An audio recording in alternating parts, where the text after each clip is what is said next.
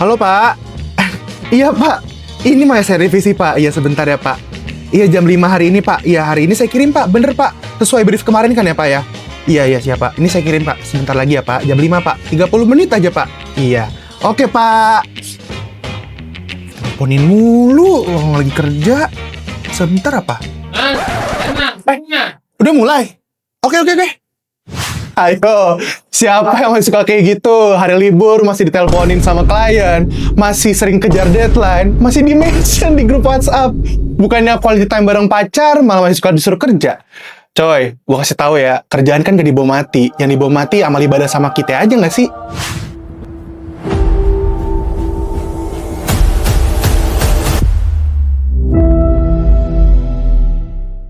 Selamat datang di Ini Skala Kota. Hari ini gua mau ngebahas satu topik yang beberapa tahun terakhir ini sering banget dibahas, terutama ya sama kita nih, para Gen Z, yaitu work-life balance. Apa sih sebenarnya work-life balance? Sebenarnya ini nyata atau jangan-jangan cuma mitos aja? Karena kalau dipikir-pikir, hidup sekarang tuh menurut gua agak aneh gitu ya. Kita lagi libur, malah ngerasa bersalah. Lagi santai dikit, kadang pikiran gue juga suka nggak tenang mikirin kerjaan. Gak buka laptop sejam aja udah takut ketinggalan. Malah takut dibilang gak produktif lah sama bos. Jadi bawahnya gak tenang aja gitu kalau gak kerja.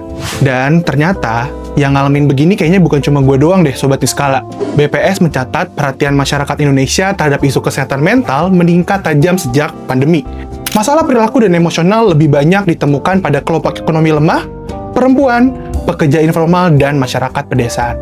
Jadi kalau misalkan saat ini lo belakangan agak gampang capek gitu ya, gampang overthinking, atau kepala rasanya nggak pernah berhenti buat mikir, tenang, lo nggak sendiri, kalem banget ya.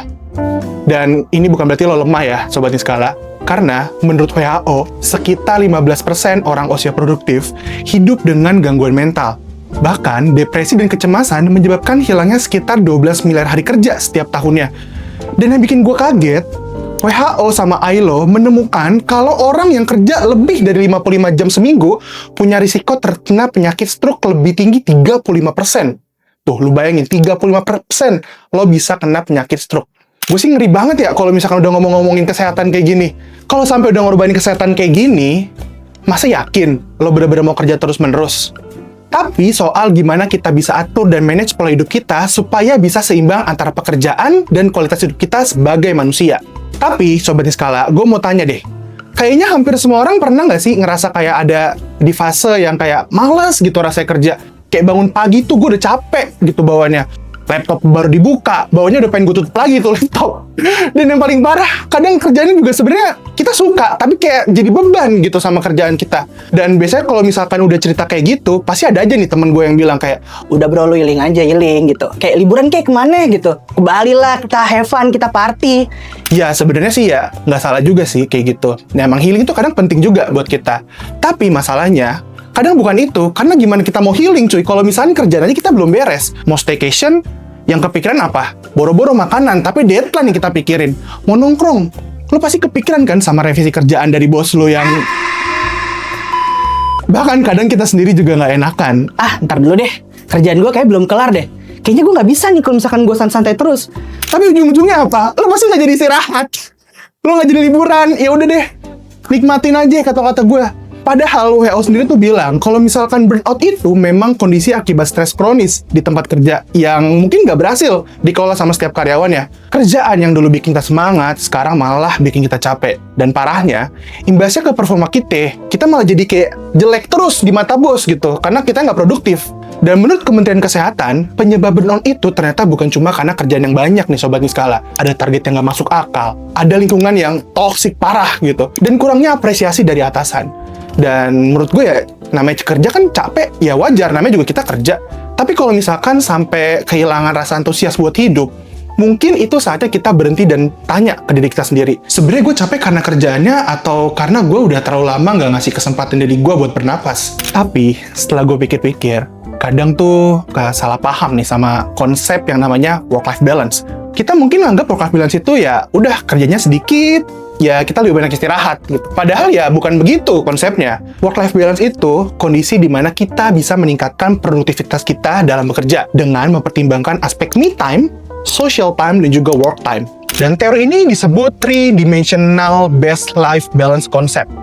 Terkadang memang kita harus benar-benar dituntut all out nih Sobat Iskala kalau misalkan kita sedang bekerja. Kejar target sales, kejar target KPI, dan menurut gua itu semua tuh wajar kita lakukan kalau misalkan pada saat kita bekerja. Tapi yang bikin gak wajarnya ketika kalau misalkan kita lagi enak-enak liburan nih, kita lagi hangout sama teman, kita lagi ngopi di cafe-cafe culture, yang dipikirin ya kerjaan, lo masih sibuk kerjaan, lo masih sering buka laptop. Padahal kerjaan yang menurut gua kayaknya nggak urgent-urgent banget masih bisa kita kerjain nanti, kecuali kalau misalkan emang ada kerjaan yang benar-benar urgent dan emang harus lo kerjain pada saat itu juga gitu. Dan intinya kontrol sepenuhnya tuh ada di diri kita nih Sobat Iskala. Kontrol apa yang bisa kita kontrol. Lo juga harus sayang sama diri lo sendiri.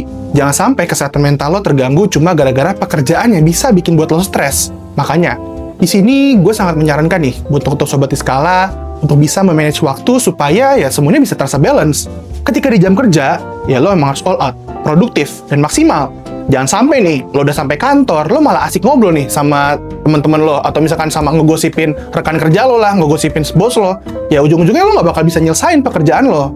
Tapi ketikanya waktunya libur, lo bisa banget nih Sobat Iskala manfaatin waktu lo untuk bisa take a rest, me time, atau misalkan lo mau jalan-jalan bareng pacar, sama temen, mau ngopi, itu bisa banget lo lakuin. Jangan sampai nih ya, waktu lo habis cuma bisa ngejar karir, kerjaan yang ada bikin lo tipes. Ya kayak contoh di kota gitu ya. Banyak banget nih berbagai activity yang bisa banget lo lakuin.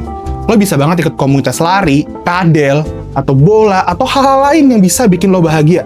Dan sisi positifnya lo pasti banyak banget dapat kenalan, networking, dan juga wawasan yang mungkin nggak lo dapetin kalau misalkan lo di kantor aja, monoton gitu, kerja terus setiap hari. Jaring makin luas, bahkan gak jarang malah dapat peluang cuan baru pasti. Intinya, work-life balance ya tergantung cara lo bisa memaknainya ya, Sobat Niskala. Gue nggak menyalahkan banget kalau misalkan lo mau loyal dan punya dedikasi tinggi buat kantor. Itu nilai plus juga pasti. Tapi ada kalanya lo juga harus bisa kontrol apa yang bukan kehendak lo. Dan cuma diri lo yang bisa kontrol itu semua. Emang lo mau nih, gara-gara lu keseringan lembur, keseringan kerja, ujung-ujungnya apa? Lo malah bolak-balik rumah sakit. Ya emang sih, lu gajian tiap hari. Tapi ya, emang mau gajian lo boncos buat berobat doang ke rumah sakit? Gue udah capek banget sebenarnya ngomongin ini, tapi sampai sini lo udah mulai paham kan kenapa work-life balance itu tuh penting banget buat lo. Gue bukannya nyuruh lo jadi pemalas. Gue juga nggak bilang kalau misalkan kerja keras itu salah gitu. Karena pada akhirnya semua orang kan punya target hidup ya. Ada yang emang lagi ngejar karir, ada yang emang lagi bangun bisnis, ada yang emang lagi prihatin banget nih buat nabung untuk nikah, maybe. Dan itu semua wajar banget. Tapi yang perlu lo ingat, jangan sampai lo terlalu sibuk nyiapin masa depan sampai lo juga lupa untuk menikmati hidup yang emang lagi lo jalanin sekarang. Karena kerjaan kan pasti bakal selalu ada nih Sobat Iskala. Deadline juga pasti selalu datang. Target kerja juga akan terus bertambah.